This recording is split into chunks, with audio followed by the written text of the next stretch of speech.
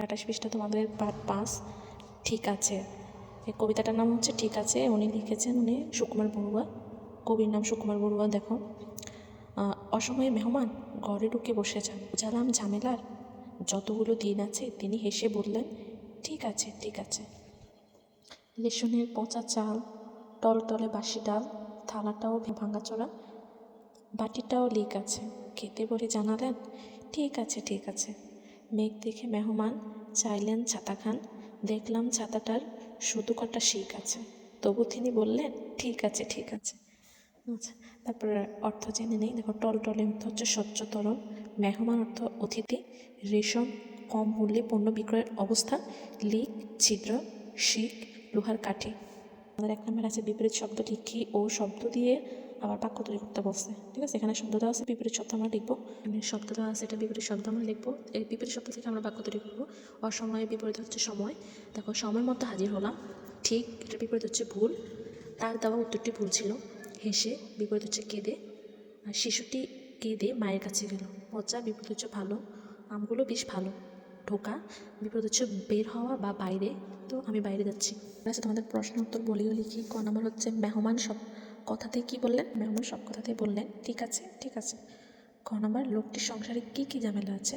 লোকটির সংসারে ঝামেলা আছে রেশনের পচা চাল, টলটলে বাসি ডাল, ভাঙাচোরা থালা, লিক হওয়া বাটি, ভাঙা ছাতি ইত্যাদি। ক নম্বর দেখো, কবিতাটি পড়তে কেন মজা লাগে? কবিতাটি পড়তে মজা লাগে কারণ এতে হাস্যরস আছে এবং বারবার ঠিক আছে বলার মজার ভঙ্গি আছে। ক নম্বর, কবিতাটি নিজের ভাষায় লিখো। তো উত্তর হচ্ছে, একবার এক মেহমান এক লোকের বাড়িতে এলো।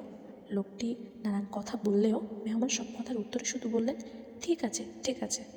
রেশনের পচা চাল, টলটলে বাসি ডাল, ভাঙাচোরা থালা, লিক হওয়া বাটি সহ আরও অনেক সমস্যা দেখেও তিনি বারবার বললেন ঠিক আছে ঠিক আছে। 3 নম্বর দেখো, একটি বাক্য ভেঙে দুটি বাক্য বানানোর কথা বলা হয়েছে।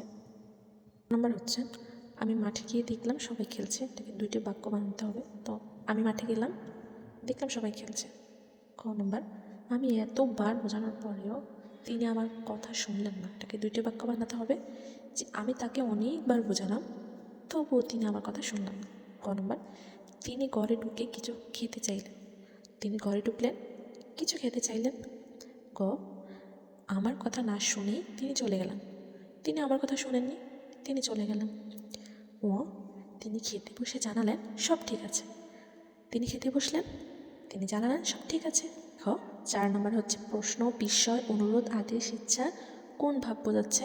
এভাবে সংসার আর চলে না। এটা একটা বিস্ময়, যে এভাবে সংসার আর চলে না। হ্যাঁ, এটা বিশ্ব প্রকাশ হয়েছে। আমাকে একটা কলম দাও, এটা অনুরোধ করা হয়েছে। তোমার বাড়ি থেকে বিদ্যালয় কত দূর, এটা তোমাকে একটা প্রশ্ন করা হয়েছে, এটা এক কারণে প্রশ্ন বোঝাচ্ছে। এখনই চলে যাও, এটা আদেশ দেওয়া হয়েছে। আমার যদি একটা সাইকেল থাকতো, এটা ইচ্ছা প্রকাশ করা হয়েছে।